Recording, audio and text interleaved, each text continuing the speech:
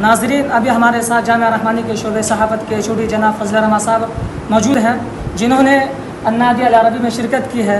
تو جناب فضل الرحمان صاحب، آپ نے اس پروگرام کو کیسا پایا، کیسا محسوس کیا؟ پروگرام کی سب سے بڑی خوبی یہ رہی کہ اول تا آخر اس پروگرام کا پورا انتظام، پورا مینجمنٹ، پورا کوآرڈینیشن یہ طلباء نے کیا، اور دارالحکمت میں تعلیم حاصل کرنے والے مختلف درجات کے طلباء نے اس میں مختلف فنون کا مظاہرہ کیا۔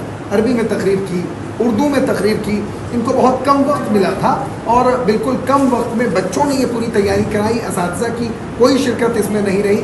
جنرل نالج یعنی عمومی معلومات، عام معلومات کا بھی مظاہرہ کیا۔ بچوں نے پرچی نکالنے، ایک صندوق رکھا ہوا تھا، صندوق الاسئلہ، جس کے اندر سوالات تھے اس صندوق کے اندر، اور 3 سوالات بچے نے نکالے، اور وہ 3 سوالات بالکل رینڈملی جو بھی سوال نکلا اس سوال کا بچوں نے جواب دیا بہت اچھے انداز میں، جو انتہائی قابل تعریف ہے، قابل تقلید ہے۔ طلباء منتظمین نے ان کو اول، دوم، سوم پوزیشن کے لحاظ سے انعام بھی دیا، اور حضرت امیر شریعت مفکر ملت مولانا احمد ولی فیصل رحمانی دامت برکاتہم العالیہ سجادہ نشی خانقاہ رحمانی منگیر کی خصوصی توجہ چونکہ ان طلباء کے اوپر آج سے نہیں بلکہ شروع سے رہی ہے۔